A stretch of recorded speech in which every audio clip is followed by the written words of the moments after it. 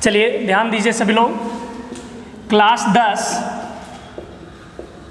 Physics का ये हमारा क्लास है। इसके पहले हम इस क्लास में विद्युत धारा के बारे में शुरुआत कर चुके हैं। हम लोगों ने विभव पढ़ लिया था, विभवांतर पढ़ लिया था। आज हम लोग पढ़ने वाले हैं विद्युत परिपथ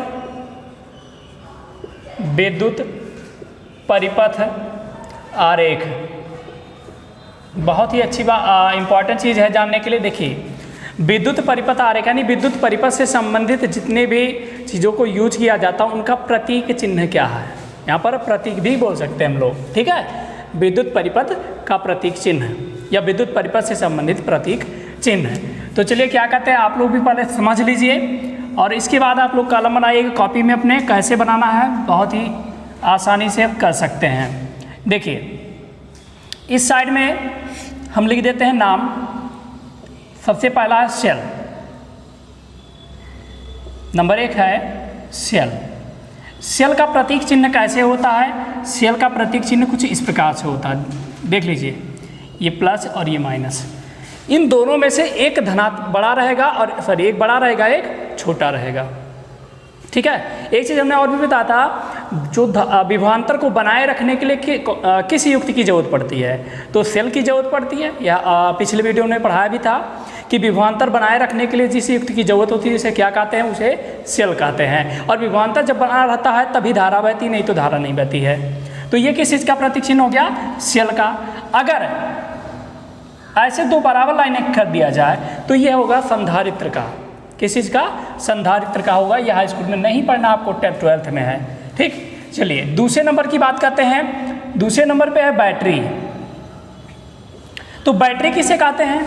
देखो, जो कई सारे सेल को जोड़ दिया जाता है तब उसे बैटरी कहा जाता है। यानी सेलों के संयोजन को बैटरी कहते हैं। सेलों के संयोजन को बैटरी कहते हैं। एक सेल ये है, ठीक है। आगे बढ़े, एक सेल और जोड़ देते हैं, एक सेल और जोड़ देते हैं, एक सेल और जोड़ देते हैं, निगेटिव लगा दिया। तो ये कई सेल इसमें जुड़े हुए हैं ना।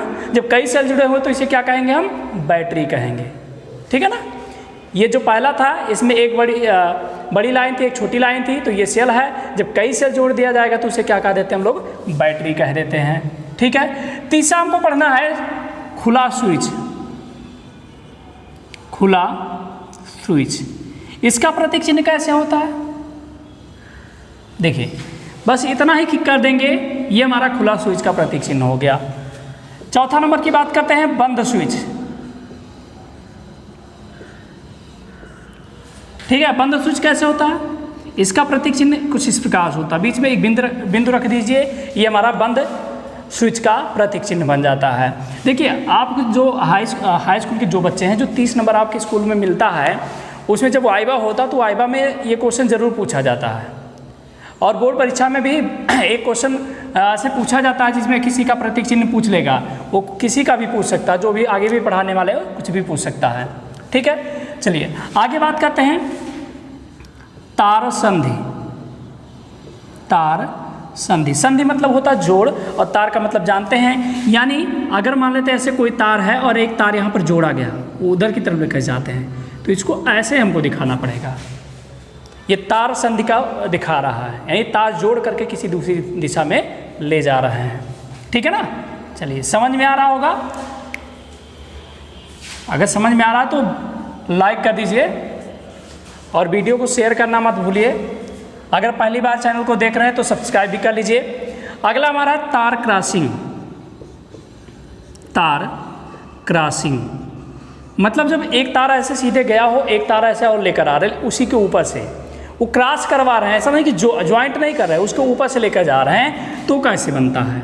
देखिए, इसका प्रतीक चिन्ह कुछ इस प्रकार से होता है। ये क्रॉसिंग तार का प्रतीक चिन्ह है।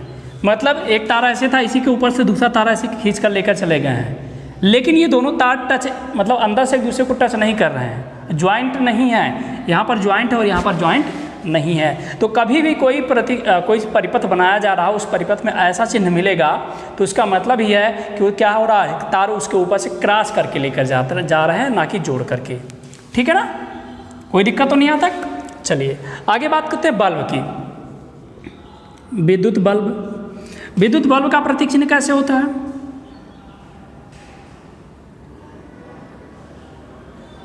कुछ इस प्रकार से विद्युत बल्ब का प्रतीक चिन्ह होता है। ठीक, विद्युत बल्ब का प्रतीक चिन्ह ही हो गया। आगे बात करते हैं प्रतिरोध। ठीक है, ध्यान दीजिएगा, बहुत अच्छा है। ये किस चीज़ का प्रतीक चिन्ह हमें समझना पड़ेगा, प्रतिरोध का। तो प्रतिरोध का प्रतीक चिन्ह कुछ इस प्रकार से होता है। ठीक, और एक और है परिवर्ती प्रतिरोध या धारा नियंत्रक। इसका एक नाम और भी होगा, धारा नियंत्रक। अभी बता रहे हैं कैसे होगा ये धारा नियंत्रक। परिवर्ती प्रतिरोध का मतलब होता है, परिवर्ती मतलब बदलने वाला, प्रतिरोध का मतलब प्रतिरोध होता है। यानी कोई ऐसा प्रतिरोध हो जो बदलने वाला हो, यानी जो बदल सकता हो, जब चाहे जैसा चाहे बदलाव कर लें, तो ये होता है। ये परिवर्ती प्रतिरोध का प्रतीक चिन्ह है। ये धारा नियंत्रक का भी प्रतीक चिन्ह है। इसका एक तरीका और भी है बनाने का, ऐसे बनता है कुछ इस प्रकार से। तो परिवर्ती प्रतिरोध का मतलब ऐसा प्रतिरोध जो कि बदल रहा हो, और धारा नियंत्रक कहा जा रहा है। देखिए, धारा नियंत्रक क्यों कहा गया, क्योंकि प्रतिरोध जब ज़्यादा रहता है, ओम का नियम आप पढ़ेंगे अभी आगे चल करके, जब प्रतिरोध ज़्यादा रहेगा, ठीक है, तो धारा कम हो जाएगी, और जब प्रतिरोध कम रहेगा तो धारा ज़्यादा हो जाएगी। तो उस आधार पे हम सोचते हैं, तो एक प्रकार से प्रतिरोध जब बदल रहा है, घट बढ़ रहा है, तो धारा को नियंत्रित भी तो कर रहा है। मान लीजिए यहाँ पर है प्रतिरोध, मान लीजिए अभी कम है, मान लीजिए इसको इधर खींचते हैं, मान लीजिए ज़्यादा हो रहा है, तो अगर इधर खींचेंगे ये ज़्यादा होगा तो धारा कम हो जाएगी, प्रतिरोध बढ़ेगा तो धारा घटेगा, क्योंकि एक दूसरे के व्युत्क्रमानुपाती होता है। ठीक है ना। चलिए आगे बात करते हैं 10वां एमीटर। एमीटर हम बता चुके हैं पहले भी कल वाले वीडियो में। एमीटर का प्रतीक चिन्ह कैसे होता है, शायद पता होगा आप लोग को,